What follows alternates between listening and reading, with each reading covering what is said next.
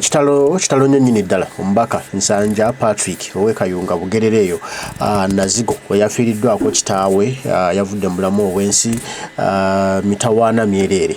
Nsanja Patrick ono mubaka era abeererawo nnyo National Platform, buli kimu akikola ku National Platform era nga ye ssente oba chairman of National Platform mu kitundu kyekyo. Nsaba tufune ebigambo bye n'okusaasira. Okusookera ddala mbeebaza obuweereza bwemukola, mbeebaza olw'okuwagira enkyukakyuka, naye ekisingira ddala obukulu okubategeeza mu butongole nti muzeeyi wange James Ssebulira yanfaako olunaku z'omwezi nga 22 omwezi guno, era ekimusse kibadde amazzi ku mutima. Mutima gwe gwanafuwa nga gugenzeeko amazzi, bulamu bwe ne tubulwanyisa asobole okuba nabwo. Omukama n'agera nga bwe yageze.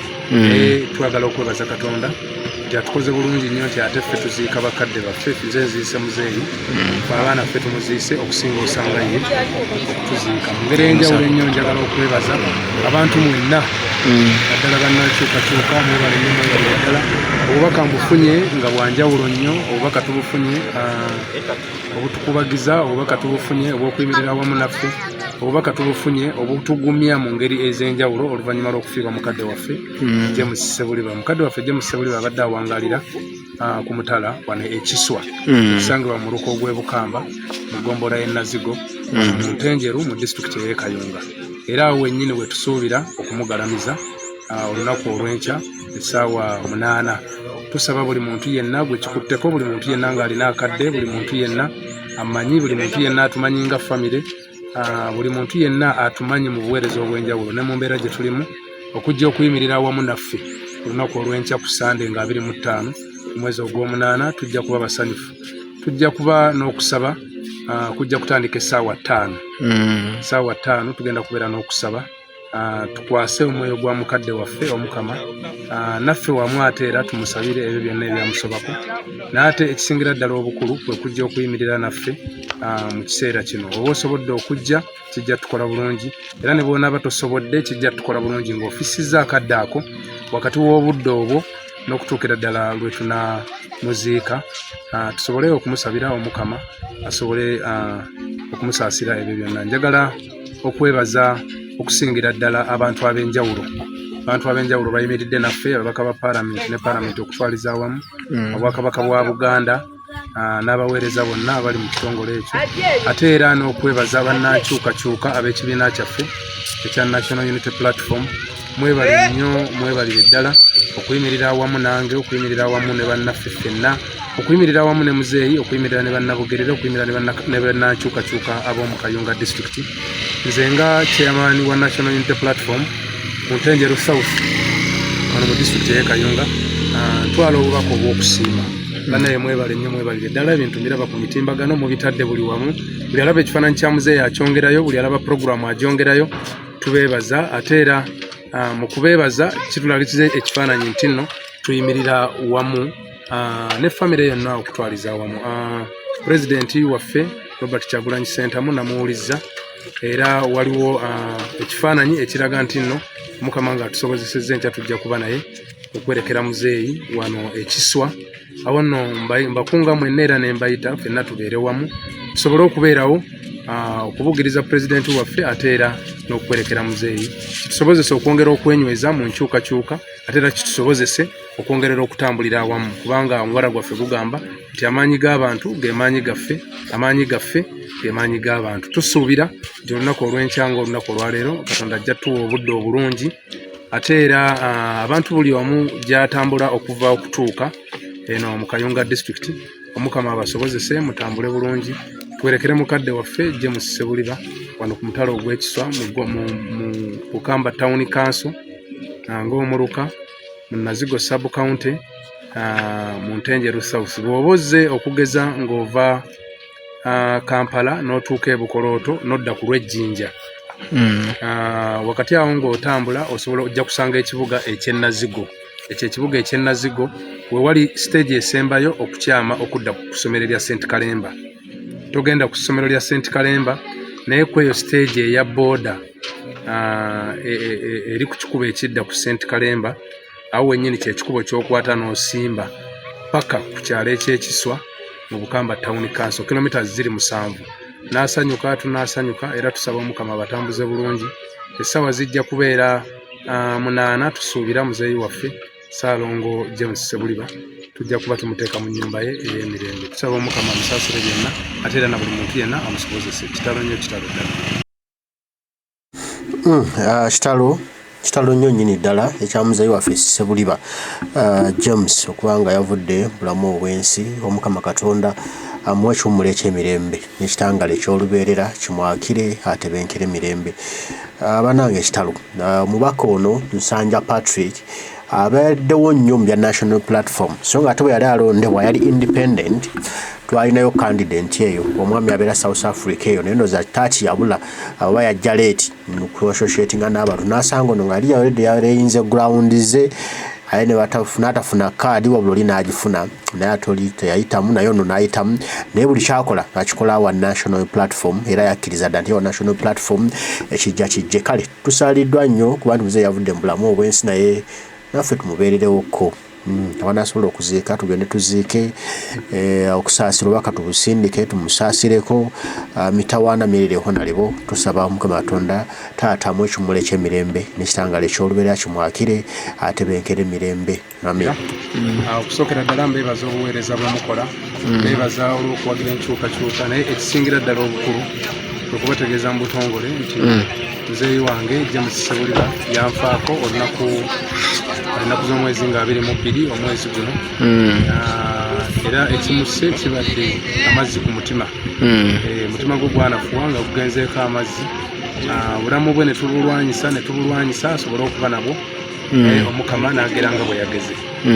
Twagala okwebaza Katonda nti atukoze bulungi nnyo nti ate ffe tuziika bakadde baffe nze nziise muzeeyi fe abaana ffe tumuziise okusinga osanga ye tuziika mu ngeri enjawulo ennyo. Njagala okwebaza abantu mwenna naddala bannakyukakyuka mwebale nnyo mwebale ddala. Obubaka mbufunye nga bwanjawulo nnyo. Obubaka tubufunye obutukubagiza, obubaka tubufunye obw'okuyimirira awamu naffe, obubaka tubufunye obutugumya mu ngeri ez'enjawulo oluvannyuma lw'okufiirwa mukadde waffe James Ssebuliba. Mukadde waffe James Ssebuliba abadde awangalira ku mutala wano Ekiswa okusangibwa mu luko gw'e Bukamba mu ggombolola y'e Nazigo mu Ntenjeru mu disitulikiti ey'e Kayunga. Era awo wennyini we tusuubira okumugalamiza olunaku olw'enkya essaawa 8. Tusaba buli muntu yenna gwe kikutteko, buli muntu yenna ng'alina akadde, buli muntu yenna amanyi, buli muntu yenna atumanyi nga famire, buli muntu yenna atumanyi mu buweereza obw'enjawulo ne mu mbeera gye tulimu okujja okuyimirira awamu naffe. Okusookera ddala mbeebaza obuweereza bwemukola mbeebaza olw'okuwagira enkyukakyuka naye ekisingira ddala obukulu kwe kubategeeza mu butongole nti muzeeyi wange James Ssebuliba yanfaako olunaku z'omwezi nga 22 omwezi guno era ekimusse kibadde amazzi ku mutima. Mutima gwe gwanafuwa nga gugenzeeko amazzi. Obulamu bwe ne tubulwanyisa asobole okuba nabwo Omukama n'agera nga bwe yageze. Twagala okwebaza Katonda nti atukoze bulungi nnyo nti ate ffe tuziika bakadde baffe nze nziise muzeeyi fe abaana ffe tumuziise okusinga osanga ye tuziika mu ngeri enjawulo ennyo. Njagala okwebaza abantu mwenna naddala bannakyukakyuka mwebale nnyo mwebale ddala. Obubaka mbufunye nga bwanjawulo nnyo. Obubaka tubufunye obutukubagiza, obubaka tubufunye obw'okuyimirira awamu naffe, obubaka tubufunye obutugumya mu ngeri ez'enjawulo oluvannyuma lw'okufiirwa mukadde waffe James Ssebuliba. Mukadde waffe James Ssebuliba abadde awangalira ku mutala wano Ekiswa okusangibwa mu luko gw'e Bukamba mu ggombolola y'e Nazigo mu Ntenjeru mu disitulikiti ey'e Kayunga. Era awo wennyini we tusuubira okumugalamiza olunaku olw'enkya essaawa 8. Tusaba buli muntu yenna gwe kikutteko, buli muntu yenna ng'alina akadde, buli muntu yenna amanyi, buli muntu yenna atumanyi nga famire, buli muntu yenna atumanyi mu buweereza obw'enjawulo ne mu mbeera gye tulimu okujja okuyimirira awamu naffe olunaku olw'enkya ku Sande nga 25 omwezi ogw'omunaana. Tujja kuba basanyufu, tujja kuba n'okusaba kujja kutandika essaawa 5. Essaawa 5 tugenda kubeera n'okusaba tukwase omwoyo gwa mukadde waffe Omukama naffe wamu ate era tumusabire ebyo byonna ebyamusobako. N'ate ekisingira ddala obukulu kwe kujja okuyimirira naffe mu kiseera kino. Oba osobodde okujja kijja tukola bulungi, era ne bw'onaaba tosobodde kijja tukola bulungi ng'ofisizza akadde ako wakati w'obudde obwo n'okutuukira ddala lwe tunamuziika tusobole okumusabira Omukama asobole okumusaasira ebyo byonna. Njagala okwebaza okusingira ddala abantu ab'enjawulo bayimiridde naffe, ababaka ba Paalamenti ne Paalamenti okutwaliza awamu, Obwakabaka bwa Buganda n'abaweereza bonna abali mu kitongole ekyo, ate era n'okwebaza bannankyukakyuka ab'ekibiina kyaffe ekya National Unity Platform. Mwebale nnyo, mwebalire ddala okuyimirira awamu nange, okuyimirira awamu ne bannaffe ffenna, okuyimirira awamu ne muzeeyi, okuyimirira ne bannabugerere, okuyimirira ne bannankyukakyuka ab'omu Kayunga District.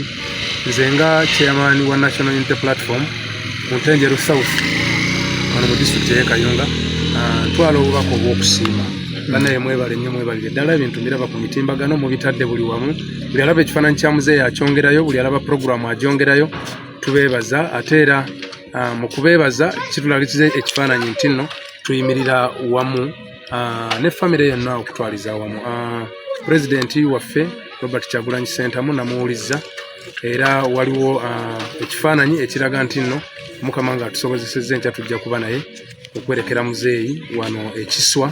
Awo nno mbakunga mwenna era ne mbayita ffenna tubeere wamu tusobole okubeerawo okubugiriza pulezidenti waffe, ate era n'okwerekera muzeeyi, kitusobozese okwongera okwenyweza mu nkyukakyuka, ate era kitusobozese okwongerera okutambulira awamu, kubanga omubala gwaffe gugamba nti amaanyi g'abantu ge maanyi gaffe, amaanyi gaffe ge maanyi g'abantu. Tusuubira nti olunaku olw'enkya ng'olunaku olwaleero Katonda ajja tuwa obudde obulungi, ate era abantu buli omu gy'atambula okuva okutuuka eno mu Kayunga District, Omukama abasobozese mutambule bulungi, twerekere mukadde waffe James Ssebuliba wano ku mutalo ogw'ekiswa mu Bukamba Town Council ng'omuluka mu Nazigo Sub County mu Ntenjeru South. Bw'oba ozze okugeza ng'ova Kampala n'otuuka e Bukolooto n'odda ku Lwejjinja, wakati awo ng'otambula osobola ojja kusanga ekibuga eky'e Nazigo. Ekyo ekibuga eky'e Nazigo we wali stage esembayo okukyama okudda ku ssomero lya St. Kalemba. Togenda ku ssomero lya St. Kalemba naye ku eyo stage eya booda eri ku kikubo ekidda ku St. Kalemba, awo wennyini kyekikubo ky'okwata n'osimba paka ku kyalo eky'ekiswa mu Bukamba Town Council, kilometers ziri 7. N'asanyuka tunaasanyuka, era tusaba Omukama abatambuze bulungi. Essaawa zijja kubeera 8 tusuubira muzeeyi waffe Ssaalongo James Ssebuliba tujja kuba tumuteeka mu nnyumba ye ey'emirembe. Tusaba Omukama amusaasire byonna, ate era na buli muntu yenna amusobozese. Kitalo nnyo, kitalo ddala. Kitalo nnyo, kitalo ddala ekya muzeeyi ekya taata, okuba nti ate yavudde mu bulamu obw'ensi naffe twongere okumusabira Omukama tunamu ekimuli eky'emirembe, kitangala ekyolobera kimuwakira atebenkera emirembe. Kitalo nnyo honalewo, kitalo nnyo nnyini ddala, okuba nti ate muzeeyi yakugenzeeko. Kitalo ab'eŋŋanda ab'emikwano bonna tubasaasira okuba nti ate muzeeyi yabavuddeko, bannange kibi nnyo. Mbaagala nnyo mwenna, Omukama akuume, mweraba.